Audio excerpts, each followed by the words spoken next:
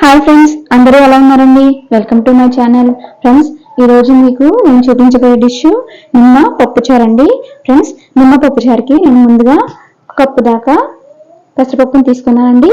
2 నిమ్మకాయలు తీసుకున్నానండి. ఫ్రెండ్స్, ఇది చాలా టేస్ట్గా ఉంటుంది, మనకి చాలా మంచిదండి. ఒంట్లో వేడి చేసినప్పుడు చలవ చేయడం కోసం మనం పెసరపప్పు చారు పెట్టుకొని ఇలాగ నిమ్మకాయ కాంబినేషన్తో సూపర్ టేస్ట్ డిష్ అండి. మీరు తప్పకుండా ట్రై చేయాలి. మనం ఇప్పుడు నిమ్మ పప్పుచారు ప్రాసెస్ చూద్దామండి. ఫ్రెండ్స్, నేను ఫస్ట్ స్టవ్ ఆన్ చేసేసి పప్పు ఉడకబెట్టుకోవడం కోసం ఒక గిన్నె పెట్టేశానండి. ఇందులోకి పెసరపప్పు కప్పు దాకా వేసేసుకోవాలండి. దీన్ని ఒకసారి మనం ఫ్రై చేసుకోవాలండి. కొంచెం ఫ్రై చేసుకుంటే పచ్చివాసన పోవడం కోసం మనం దీన్ని ఫ్రై చేసుకుంటాం అన్నమాట.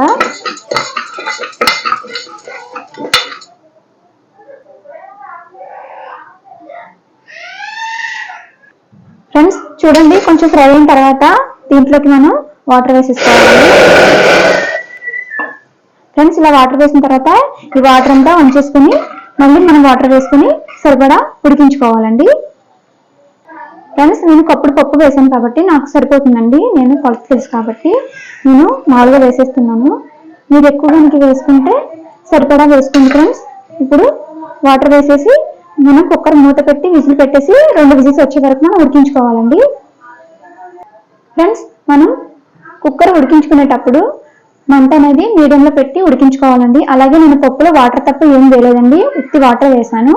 ఉడికిన తర్వాత మనం అప్పుడు సాల్ట్, పసుపు వేసుకోవాలండి. ముందుగా ఉప్పు వేస్తే పప్పు ఉడకదండి.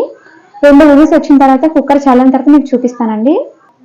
ఫ్రెండ్స్, మీకు ముందుగా చూపించాను కదండి, నిమ్మకాయల్ని మధ్యలో కట్ చేసేసి గింజలు లేకుండా మనం పిండేసుకుని గ్లాసులో పెట్టేసుకోవాలండి. ఫ్రెండ్స్, చూడండి, నేను నిమ్మకాయలన్నీ పిండేసి గ్లాసులో వేసి ఉంచుకున్నానండి. మనం పులుగుని బట్టి వేసుకోవాలండి. నేను ఒక కప్పు కాబట్టి 2 నిమ్మకాయలు వేస్తున్నానండి. మీరు ఇంకా ఎక్స్ట్రా వేసుకుంటే మీరు పులుపుని బట్టి వేసుకోవచ్చు. ఫ్రెండ్స్, కుక్కర్ విజిల్ వచ్చేసిందండి. అది చల్లారేలోపు మనం తాలింపు వేసుకుందాం. ఫ్రెండ్స్, తాలింపు కోసం నేను కడాయి పెట్టేసి అందులోకి ఆయిల్ వేసి ఉంచానండి. అది వేడవుతుందండి. ఇప్పుడు మనం 1 స్పూన్ వరకు జీలకర్ర వేసుకోవాలి.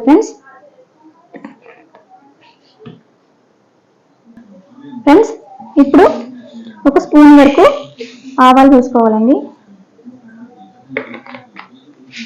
ఫ్రెండ్స్, కొంచెం ఫ్రై అవనిద్దామండి వీటిని.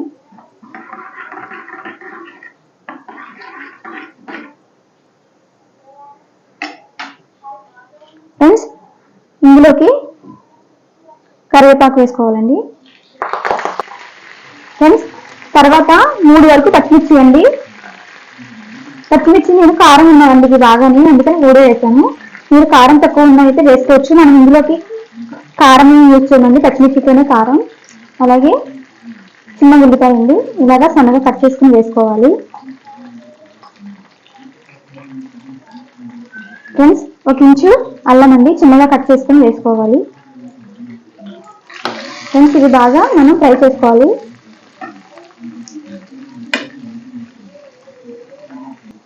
ఫ్రెండ్స్, మనం ఇది వేగడానికి ఒక 1/2 స్పూన్ వరకు సాల్ట్ వేసుకోవచ్చండి. ఇందులో వేసుకుంటే కంప్లీట్గా వేగుతాయి. ఫ్రెండ్స్, పచ్చిగా ఉండవు, అందుకని సాల్ట్ వేసేసి మూత వేసేసి వీటిని మగ్గపెట్టేసుకోవాలండి. నేను మూత వేసి మగ్గపెడుతున్నాను.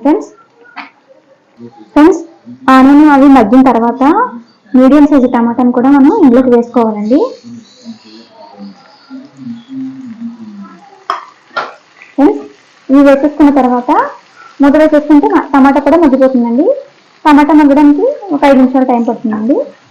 మూత వేసేసుకొని మగ్గించుకుందాం. ఫ్రెండ్స్, తాలింపు మగ్గుతూ ఉందండి. ఈ లోపల మనం పప్పుని చూద్దామండి. పప్పు అయితే విజిల్ చల్లారిపోయింది. ఫ్రెండ్స్, ఈ విధంగా పప్పుచారు కాబట్టి మెత్తగా ఉడకాలి. ఫ్రెండ్స్, చూడండి, మెత్తగా ఉడికిపోయింది. 2 విజిల్కి సరిపోతుందండి. ఇప్పుడు దీంట్లోకి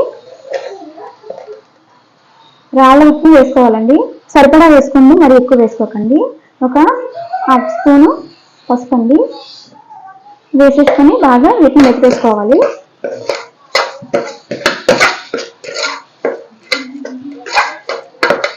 ఫ్రెండ్స్, ఇలాగ గరిటతో మెత్తే సరిపోతుందండి.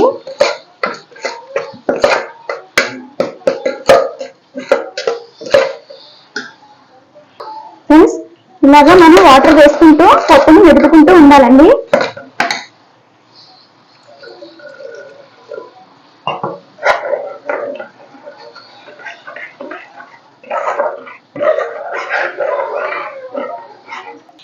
ఫ్రెండ్స్ మనం ఇంకా వాటర్ వేసుకోవచ్చండి, మరిగితే పప్పుచారు చిక్కబడిపోతుందండి.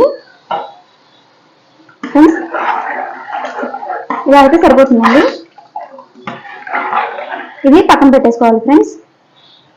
ఫ్రెండ్స్ తాలింపు కూడా చూడండి, టమాటా అంతా మగ్గిపోయి ఉడికిపోయిందండి. ఇప్పుడు స్టవ్ ఆఫ్ చేసేసుకుందాం మనం.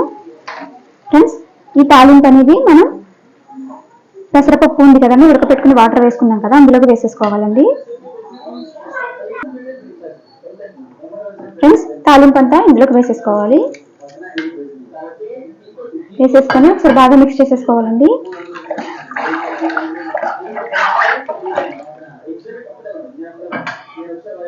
ఫ్రెండ్స్ ఈ పప్పుచారుని మనం స్టవ్ మీద పెట్టుకొని మరిగించుకోవాలండి.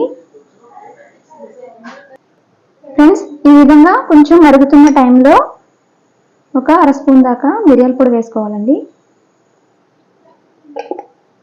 ఫ్రెండ్స్ ఇది ఇంకా మరగాలండి. ఫ్రెండ్స్ ఈ విధంగా బాగా మరిగిపోవాలన్నమాట అండి పప్పుచారు. చూడండి ఫ్రెండ్స్ చాలా బాగా మరిగిపోయిందండి. మీరు కూడా అలా మరగబెట్టేసుకున్న తర్వాత